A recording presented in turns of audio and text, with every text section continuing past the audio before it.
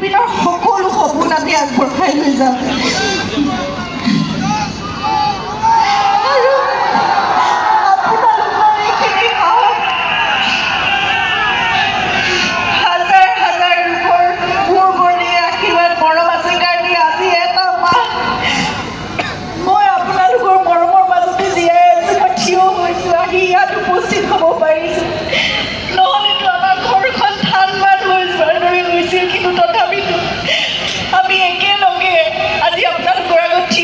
কাৰণ আপোনালোকে আমাৰ শক্তি, আপোনালোকে আমাৰ সাহস।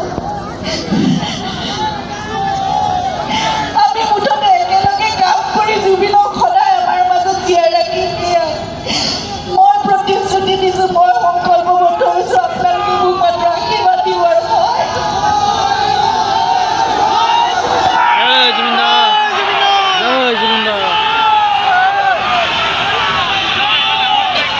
জুবিন দেশৰ মানুহলৈ নমস্কাৰ, প্ৰণাম।